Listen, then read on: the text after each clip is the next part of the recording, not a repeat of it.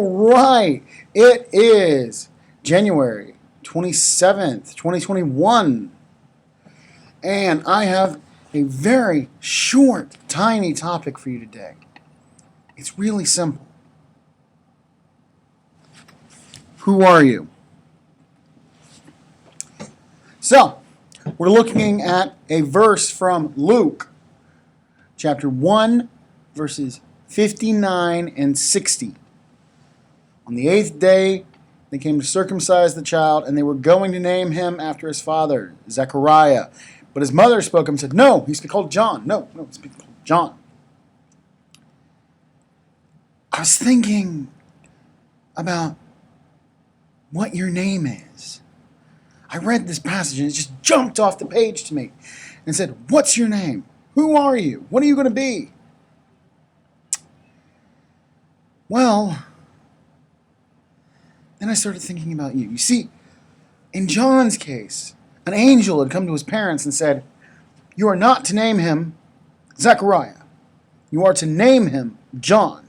You will name him John." And the relatives were freaking out. They didn't see the angel.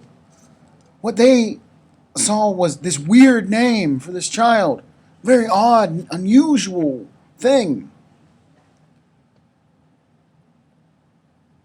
John would baptize Jesus in the River Jordan. John would be one of the first Christians of the Christian church. John was an important figure, and if they had not named him John, he might not have been the figure he became. Now, what about you? What's your name going to be? You know, can I be real for a second? When I was your age, I was never comfortable with most of the people around me. So I was the clown. I was the jokester. I was the juggler. I was the person telling jokes and being silly and getting into trouble because I didn't know what else to do with myself. Eventually, though, I learned it's okay to be different. It's okay if not everybody acts the same. It's okay to see the world through a different light. Yes, it's okay to be a little silly.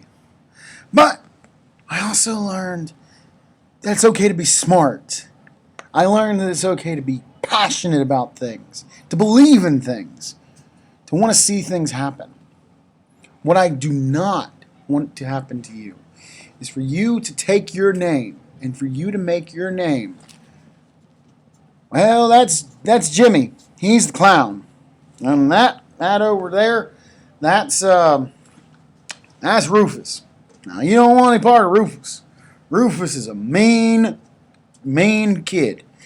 He will lie, cheat, steal, and then he might beat you up too. You don't want any part of Rufus. Oh, Bob's great. You want to be around Bob. Bob's a good guy. If you need help on your work, Bob's there for you.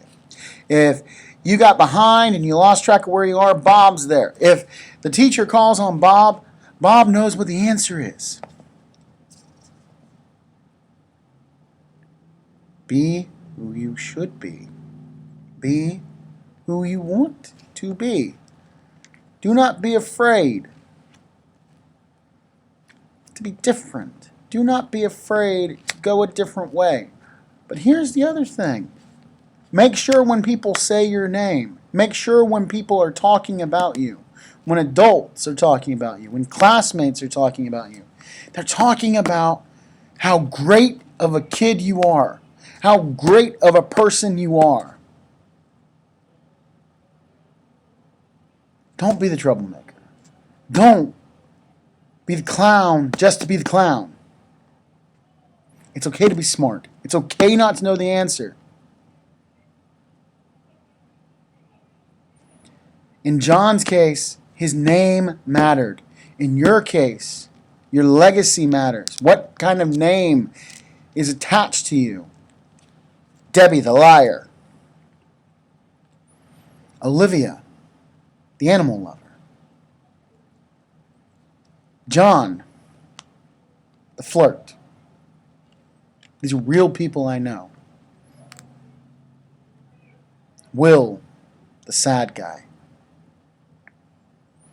And I'm just pulling these off of my head. These are friends of mine and a couple of relatives who